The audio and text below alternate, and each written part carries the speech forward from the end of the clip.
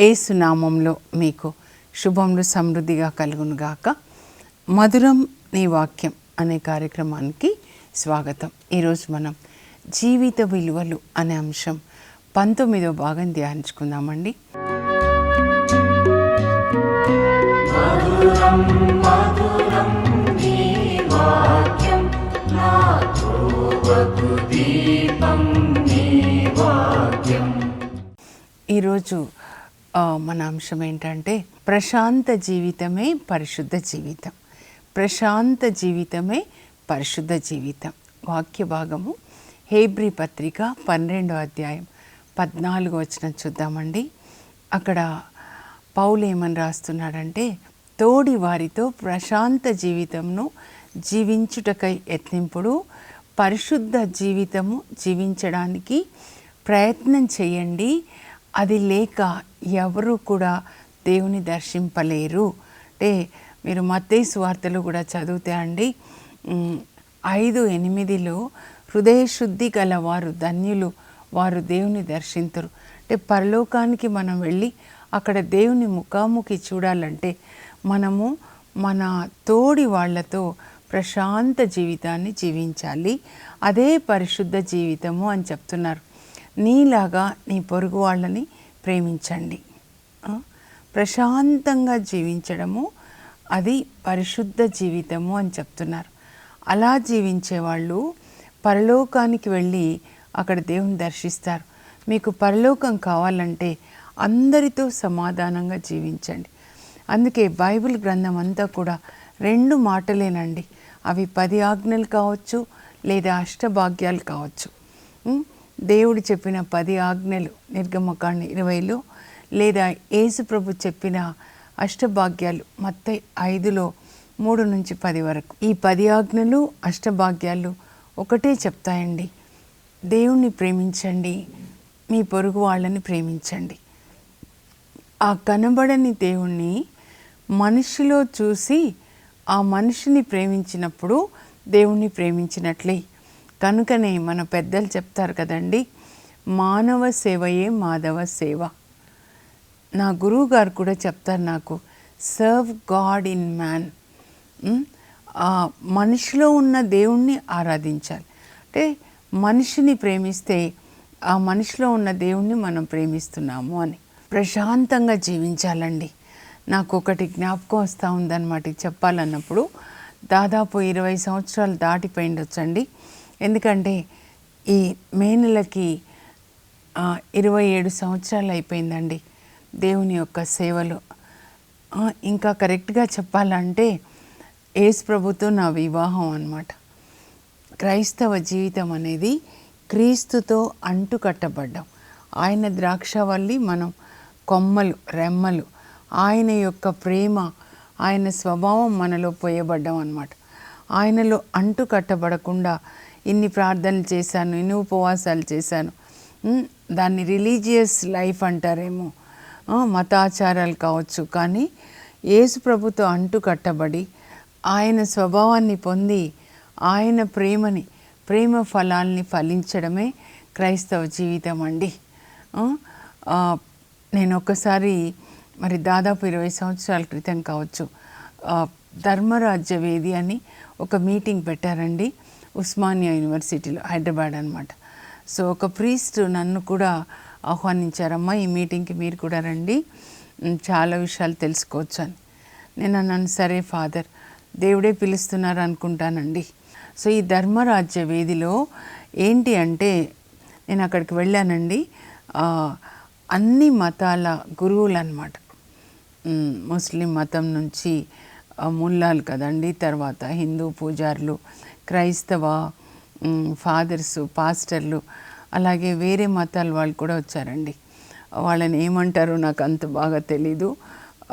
బౌద్ధ మతము, తర్వాత ఇంకా వీళ్ళు జైన్స్ వాళ్ళు కూడా వచ్చారు.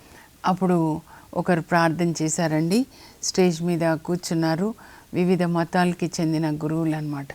వాళ్ళందరూ ఒకటే చెప్పారండి, మనమంతా ఒక దేవుని పిల్లలు, వసుదైక కుటుంబం. ఏ మతంలో ఉన్నా దేవుడు చెప్పేది ఒకటే, మీరు ప్రశాంతంగా జీవించండి. శాంతిగా జీవించండి. చక్కగా చాలా బాగుందండి. నాకు ఇన్ని సంవత్సరాలైనా నా హృదయంలో నిలిచిపోయిందనమాట. అందరం కలిసి చక్కగా మళ్ళా ఈ మీటింగ్ తర్వాత లంచ్ చేసామన్నమాట. అయితే క్లోజింగ్ ప్రేయర్ని ఒక ప్రీస్ట్కి ఇచ్చారండి. నన్ను పిలిచిన ప్రీస్ట్ కాదు, ఇంకో ప్రీస్ట్. అప్పుడు ఫాదర్ గారు ప్రార్థన చేశారనమాట.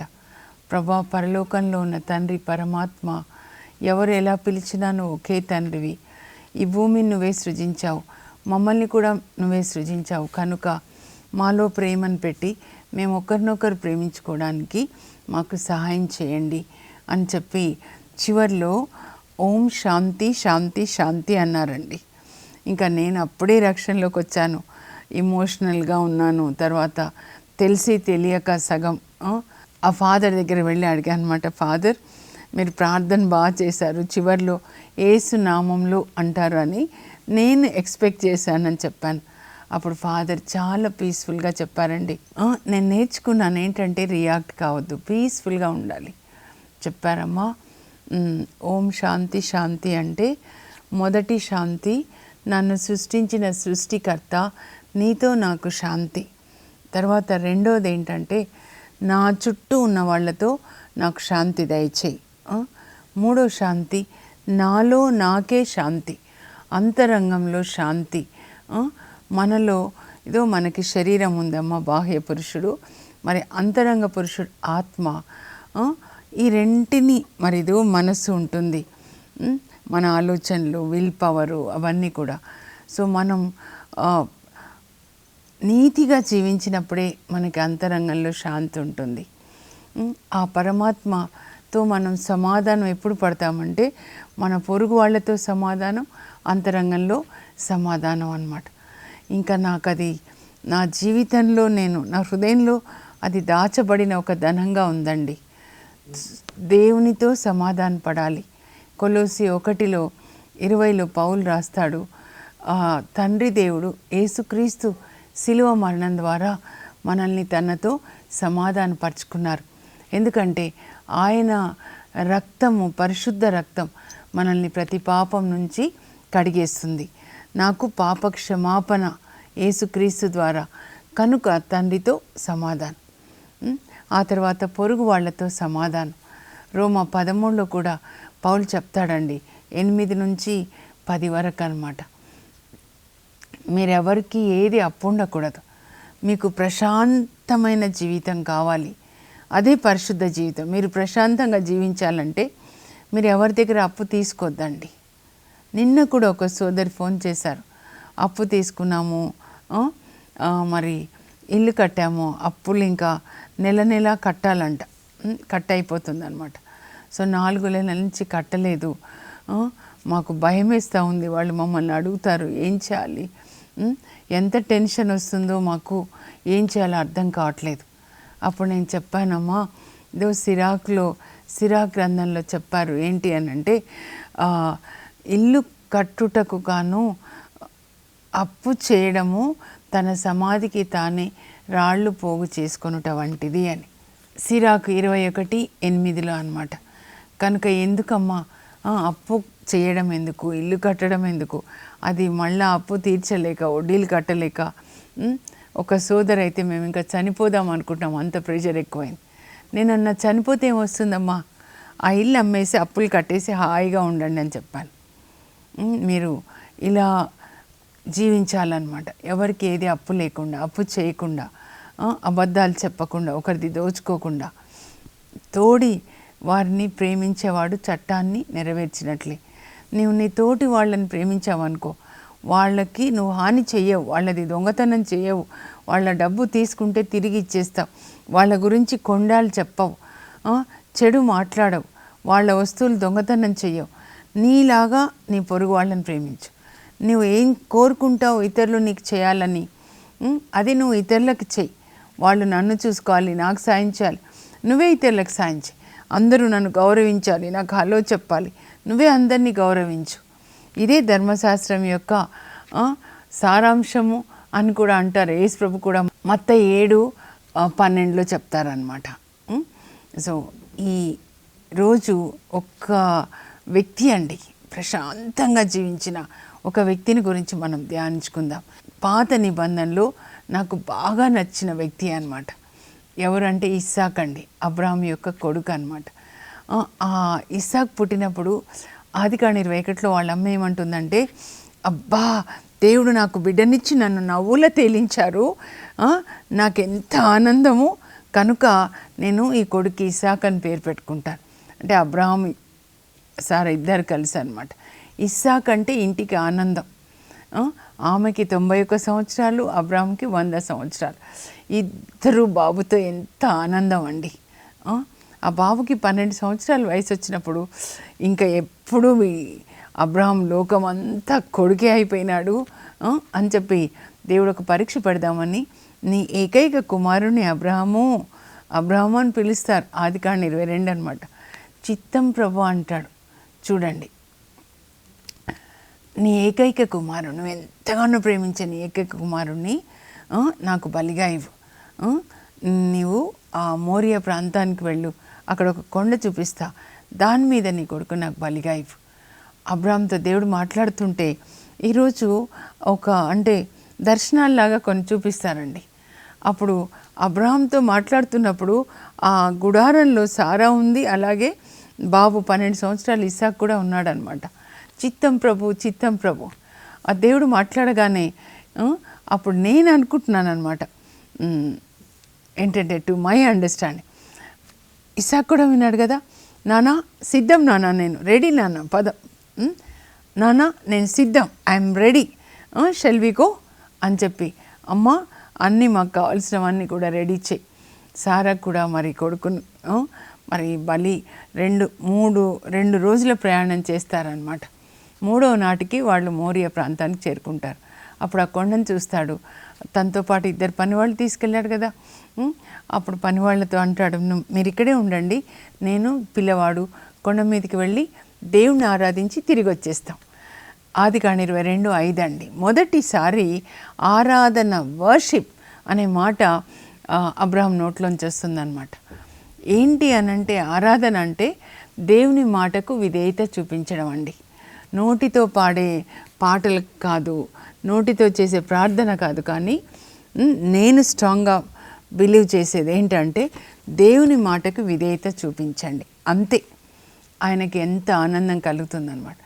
అక్కడ పైకి వెళ్తూ ఉంటే మరి కట్టెల మోపు నా తల మీద పెట్టినా కొండ ఎక్కే ముందే అని ఉంటాడనమాట చిన్నవాడు.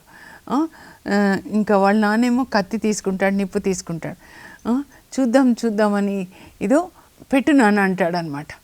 ఆ తర్వాత నాన్నని పరీక్షించాలని అడుగుతాడు, కానీ కత్తి ఎత్తినప్పుడు కొడుకుని బలిపీఠం మీద పడుకోబెట్టి కాళ్ళు చేతులు కట్టి దేవుడు చెప్తారు, ఇదో నీవు నీ ఏకైక కుమారుని నాకు బలిగా ఇవ్వడానికి సిద్ధపడ్డావు కనుక నీవు దైవభీతి కలవాడవని నేను నమ్ముతున్నాను.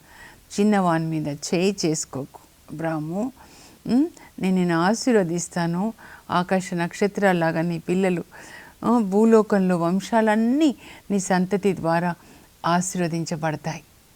ఈ వాగ్దానం అంటే తన కొడుకు యేసుప్రభు దేవుని కొడుకండి. యేసుప్రభు ఈ లోకంలో జన్మించి ఆయన శిలువ మరణం ద్వారా, పునరుద్ధానాల ద్వారా ప్రపంచం అంతా ఆశీర్వదించబడింది అన్నమాట. అంత విధేయత అండి. ఆ తర్వాత మనం ఇంకా 24లో ఇస్సాకు పెళ్ళి అవుతుందండి. ఈ రిబేకాని కాలు కింద పెట్టకుండా చూసుకున్నాడు అని ఉంటుంది. ఇంకా మీరు 25లో చూస్తే 20 సంవత్సరాలు పిల్లలు ఉండరు. 40 సంవత్సరాలకు పెళ్ళి అవుతే మరి 60 సంవత్సరాలు వచ్చేస్తాయి. దాదాపు 1 సంవత్సరం లెస్ అనుకోండి. ఇంకా ఆమె ఒకరోజు ఫంక్షన్కి వెళ్ళి ఉండొచ్చు. నువ్వు గొడ్రాలని అవమానించారేమో, పెళ్ళిళ్ళలో అంటారు కదా గొడ్రాలు బొట్టు పెట్టకూడదు, అట్లాంటిది ఏదో. ఆమె ఏడుస్తూ ఇంటికి వస్తే ఏమైంది అంటే ఇలాంటి అవమానం జరిగింది అంటే అని చెప్పుంటుంది రిబెక్కా. వెంటనే ఇస్సాకు ప్రార్థన చేస్తాడు, ప్రభా నా భార్య గర్భం తెరిచి నా భార్యకు ఒక్క బిడ్డనివ్వండి, నా కోసం కాదు కానీ నా భార్య ఏడవని చూడలేను. అప్పుడు దేవుడు ఇస్సాకు ప్రార్థన విని కవల పిల్లల్ని ఇస్తాడండి. ఆదికాండం 25-21 ఉంటుంది అన్నమాట. ఆ తర్వాత 26వ అధ్యాయానికి వచ్చేద్దామండి. ఇక్కడ మరి కరువు వస్తుందన్నమాట. అబ్రహాం కాలంలో ఆదికాండం 12లో వస్తుంది. ఇప్పుడు ఇస్సాక్ కాలంలో 26వ అధ్యాయంలో కరువు వస్తుందన్నమాట. కరువు వచ్చినప్పుడు వాళ్ళు ఉంటున్నది ఎక్కడ అంటే బేర్షబాలో ఉంటారండి. అక్కడ కానా దేశం, అక్కడి నుంచి ప్రక్కనే ఉంటుంది ఫిలిస్తీయ దేశం. మీరు మ్యాప్ చూడండి వెనకాల 3వ పటంలో యేసుక్రీస్తు కాలం నాటి పాలస్తీనా అంటుంది. ఈ ఇజ్రాయెల్ దేశం ప్రక్కనే ఫిలిస్తీయ దేశం ఉంటుందన్నమాట. అక్కడికి వెళ్తాడు. అక్కడ గెరారు పట్టణంలో వెళ్తాడు. అక్కడ రాజు పేరు అబీమెలెకు అనమాట. కానీ ఫిలిస్తీన్లు వీళ్ళు బద్ద శత్రువులు కదండి మొదటి నుంచి కూడా. ఎందుకో ఇస్సాకు అక్కడ నచ్చదు. ఇక్కడ వద్దులే, మా నాన్న ఐగుప్తికి వెళ్ళాడు కదా, కిందికి ఉంటుంది అనమాట. అక్కడ వెళ్దామని ఆలోచించుకుంటుంటాడనమాట. ఆలోచనలు వస్తుంటే దేవుడు ఆయనకి ప్రత్యక్షం అవుతారండి. వద్దు వద్దు, ఇక్కడే ఉండు, నేను నిన్ను ఆశీర్వదిస్తాను, ఐగుప్తుకు వెళ్ళకయ్యా, నేను ఆశీర్వదిస్తా. తెలుసా, మీ నాన్న నా ఆజ్ఞలు పాటించాడు కాబట్టి నేను ఆశీర్వదిస్తాను. ఈ భూములన్నీ నేను నీకు ఇస్తా. భూలోకంలో వంశాలన్నీ కూడా నీ సంతతి ద్వారా ఆశీర్వదించబడతాయి. ఎందుకంటే మీ నాన్న నా ఆజ్ఞలు పాటించాడు. వాళ్ళ నాన్నకి ఏం చెప్పారు దేవుడు అబ్రహాంకి, అలాగే ఇస్సాకు కూడా చెప్తారు. అప్పుడు దేవుని మాట మీద ఇస్సాకు ఫిలిస్తీయ దేశంలో గెరార్లో స్థిరపడతాడు. ఆదికాండం 26:6 అండి. మీరు తప్పకుండా చదువుకోవాలి. ఇస్సాకు అంటే ఎంత దేవునికి విధేయిస్తాడు. భార్యని కాలు కింద పెట్టకుండా చూసుకుంటాడు. ఒకే భార్య ఉంటుందండి. అందుకే నాకు చాలా ఇష్టమైన వ్యక్తి అన్నమాట. ఒక ఆదాంకి ఒకే అవ్వ. నేను ఇష్టపడాలి అని అంటే వాళ్ళ వివాహ జీవితం సరిగ్గా ఉండాలని.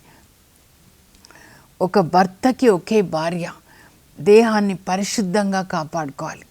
అది ఫస్ట్ నేను చూసేదన్నమాట. అలా ఉంటాడనమాట ఇస్సాకు. అయితే ఇప్పుడు దేవుడు చెప్పగా నేను ఇక్కడే ఉండు, ఐగుప్తికి పోకు అని నేను ఆశీర్వదిస్తా కదా, మీ నాన్న నా ఆజ్ఞలు పాటించాడయ్యా, నేను ఏదేది చెప్పానో అవన్నీ చేశాడు కాబట్టి నేను దీవిస్తాను. తండ్రులకి వినబడుతుంది అనుకుంటున్నాను. This is for you. ఆ తర్వాత ఏం జరుగుతుందంటే ఇస్సాకు అక్కడ ఫిలిస్తీయ దేశం గెరార్లో ఉన్నాడు కదండి, అక్కడ విత్తనాలు వేస్తాడు. 100 రెట్ల పంట వచ్చిందంట. ఆదికాండం 26:12. వ్యవసాయం చేసే వాళ్ళందరూ ఈ వాక్యాన్ని మీరు వినండి, పొలానికి వెళ్ళి ఈ వాక్యం చెప్పి అప్పుడు విత్తనాలు వేయండి. ఇస్సాకు విత్తనాలు వేస్తే 100 రెట్ల పంట వచ్చింది. దేవుడు అతన్ని దీవించాడు కనుక అతడు క్రమక్రమముగా అభివృద్ధి చెందాడు. దేవుని యొక్క దీవెనలు అయితే కొంచెం కొంచెంగా అభివృద్ధిలోకి వస్తారండి. సైతాన్ రాజ్యంలో చీకటి పనులు చేస్తే ఒకేసారి పైకి వస్తారు, ఒకేసారి పడిపోతారు. కానీ దేవుని రాజ్యంలో మెల్లమెల్లగా నీతి మార్గంలో దేవుని హస్తం తోడుగా ఉండటం వల్ల పైకి వస్తారు. వాళ్ళు కదిలించబడరు. నీతిమంతులు కదిలించబడరండి. శోధనలు వస్తాయి తప్పకుండా, యోబుకు వచ్చినట్లుగా, కానీ వాళ్ళు కదిలించబడరు. 12వ కీర్తనలో చెప్తారనమాట. అప్పుడు ఏమవుతుందంటే ఆయనకి పంట బాగా పండింది, ఇంకా బాగా పశువులు, గొర్రెలు, మేకలు, గేదెలు అన్నీ అనమాట. ఆ రోజులలో చూడండి ఒంటెలు. అప్పుడు అక్కడ ఉంటున్న దేశంలో ఫిలిస్తీయ దేశంలో అందరికంటే రిచెస్ట్ పర్సన్. అప్పుడు ఫిలిస్తీన్లకి కన్ను కుట్టిందంట, అసూయ పుట్టిందనమాట. ఇంకా అబీమెలెకు రాజు వరకు ఈ న్యూస్ వెళ్తుందనమాట. అందరికంటే ధనవంతుడా, అవును, అబ్బా అబ్బా అబ్బా, ఆయన గొర్రెలు చూడాలి, కనుచూపు మేర, పంట చూడాలి, నిండా గాదెల నిండా అనమాట. అప్పుడు అబీమెలెకు రాజు ఈయన దగ్గరికి వస్తాడనమాట. వచ్చి నువ్వు మా దగ్గర వచ్చి మొనగాడైపోయినావా పో అని వెళ్ళగొడతాడనమాట. వెళ్ళగొడితే అక్కడి నుంచి గెరార్ లోయలోకి వెళ్తాడండి. లోయలో ఎవ్వరు ఉండరని అక్కడ విత్తనాలు వేస్తే అక్కడ కూడా పంట బాగా పండుతుంది. ఫిలిస్తీన్లు అక్కడికి వచ్చి ఆయన బావులన్నీ పూర్తి చేస్తారనమాట. ఒకటి పూర్తి చేస్తే ఇంకొకటి తవ్వుతాడు.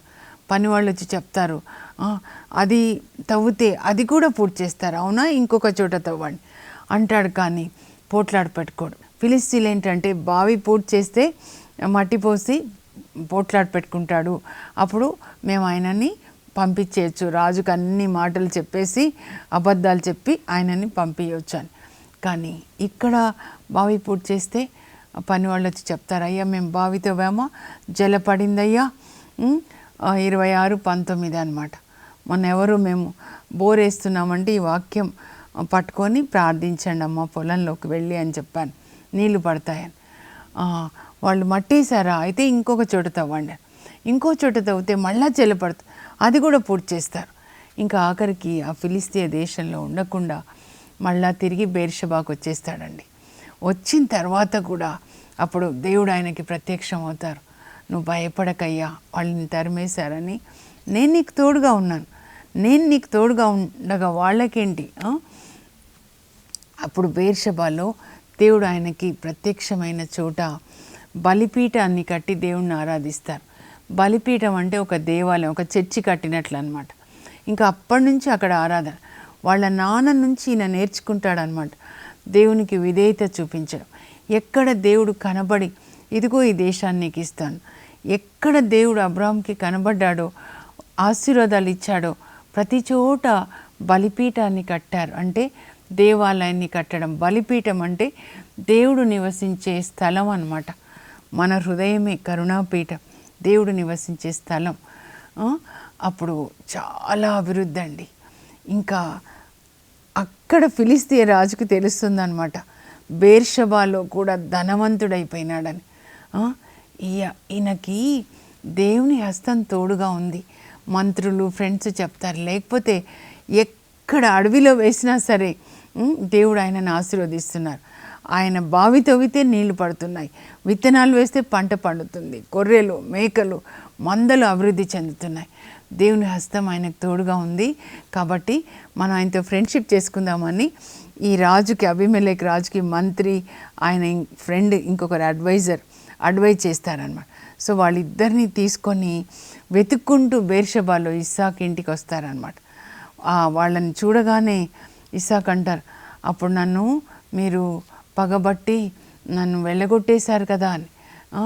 అప్పుడు ఇంకా ఈయన అంటాడనమాట అబీమెలెకు రాజు, కాదయ్యా, నీకు దైవ బలం ఉందని మేము గుర్తించామయ్యా, అయినా కూడా మేము నీకేమీ హాని చేయలేదు కదా, నువ్వు మా దేశంలో ఉన్నప్పుడు హాని చేయలేదు, కాబట్టి నీవు కూడా మాకు హాని చేయొద్దు, నీకు దైవ బలం ఉంది కాబట్టి నీతో ఫ్రెండ్షిప్ చేయాలని వచ్చా, ఎందుకంటే నీతో ఫ్రెండ్షిప్ చేస్తే మీ దేవుడు మమ్మల్ని కూడా ఆశీర్వదిస్తారని. అప్పుడు వాళ్ళని లోపలికి పిలుస్తాడు.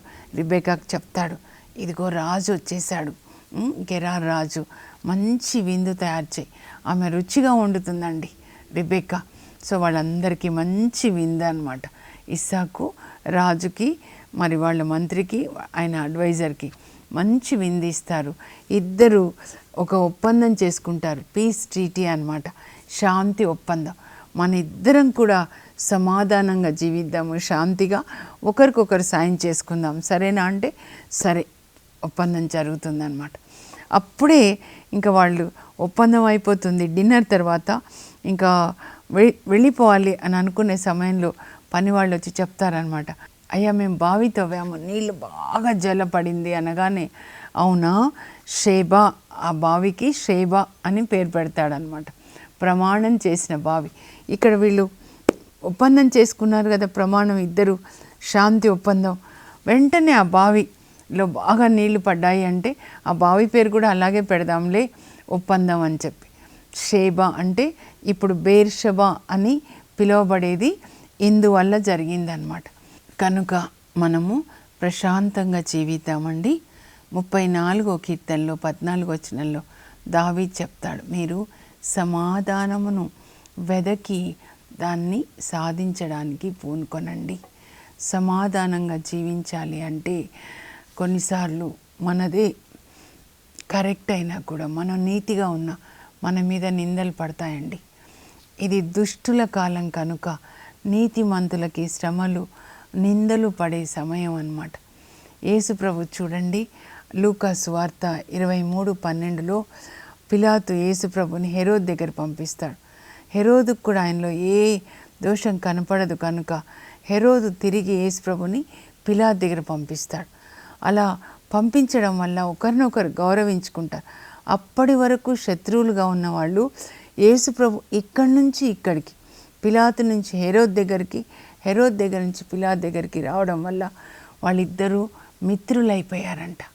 ఎందుకంటే యేసు ప్రభు ఎవరంటే శాంతి అన్నమాట, ప్రిన్స్ ఆఫ్ పీస్, శాంతికరుడైన రాజు, సమాధానకర్త. మనం కూడా ఒక దగ్గరికి వెళ్ళినప్పుడు శత్రువులుగా ఉన్న వాళ్ళు మిత్రులుగా ఉండాలి, ప్రార్థన చేసుకోవాలి. సెయింట్ ఫ్రాన్సిస్ ఆఫ్ అసిసి లాగా, Lord you make me an instrument of your peace, where there is hatred let me sow love. నన్ను నీ శాంతి దూతగా మార్చయ్యా, ద్వేషం ఉన్న చోట ప్రేమను నాటడానికి నన్ను నీ శాంతి దూతగా మార్చు. శాంతి దూత అయిన యేసు మనలో ఉంటే, మనం ఎక్కడికి వెళ్ళినా ఆయనను మోసుకొని పోతే మన మాటల ద్వారా పనుల ద్వారా అందరికీ శాంతి అండి. మన పని మనం చేయడం, టైంకి రావడం, ఇంట్లో కూడా మన పని మనం చేయడం, అబద్ధాలు చెప్పకుండా, కొండాలు చెప్పకుండా, ఎవరైనా నిందించినా కూడా మౌనంగా ఉండడం, అలా మనము అందరితో ప్రశాంత జీవితాన్ని జీవించాలండి. ఎవరికి హాని చేయకూడదు. దేవుణ్ణి ప్రేమించేవాళ్ళు తోటి వాళ్ళని కూడా ప్రేమించి ప్రశాంతంగా జీవించాలి. ఇది ఈరోజు దేవుడు మనకిచ్చిన సందేశం. ప్రార్థన చేసుకుందామా? పరలోకపు మా తండ్రి, మీ పరిశుద్ధ నామమునకు స్తోత్రం కలుగును గాక. ప్రభా, పేతురు అంటాడు, ప్రేమ సమాధానములకు కర్త అయిన దేవుడు యేసుక్రీస్తు మీకు తోడుగా ఉండును గాక. పౌలు కూడా అలాగే అంటారు. మరి ఫ్రాన్సిస్ ఆఫ్ అసిసి గారు, నన్ను నీ శాంతి దూతగా మార్చు ప్రభా అంటున్నారు. మమ్మల్ని కూడా ప్రతి ఒక్కరిని ప్రభా మీ శాంతి దూతగా మార్చండి. మీరు మాలో ఉండండి. మీ వాక్యం మా హృదయంలో సమృద్ధిగా ఉండును గాక. శిష్యులు కూడా భయంతో, యూదుల భయంతో తలుపులు మూసుకున్నప్పుడు మీరు వారి మధ్యలో నిలువబడి మీకు శాంతి కలుగును గాక అని చెప్పారు. ప్రభా, మరి ఆ ఫాదర్ గారు ధర్మరాజ్య వేది మీటింగ్ చివరిలో ప్రార్థన చేసి ఓం శాంతి శాంతి శాంతి అన్నారు. ఓ నా సృష్టికర్త, నీతో నాకు శాంతి, నా పొరుగు వాళ్ళతో నాకు శాంతి, నాలో నాకు శాంతి దయచేయండి అని మా అందరికీ కూడా ఈ శాంతిని దయచేయమని, అందరితో ప్రశాంతంగా జీవించడానికి కృప దయచేయమని యేసు నామంలో అడుగుచున్నాం తండ్రి, ఆమేన్. మీ ఇంటిలో పనిచేసే చోట, మీ సంఘంలో మీరే ఒక శాంతి దూత కనుక శాంతి దూతగా అందరితో ప్రశాంతంగా జీవించే కృపని దేవుడు మీకు దయచేయను గాక. God bless you. Have a blessed day.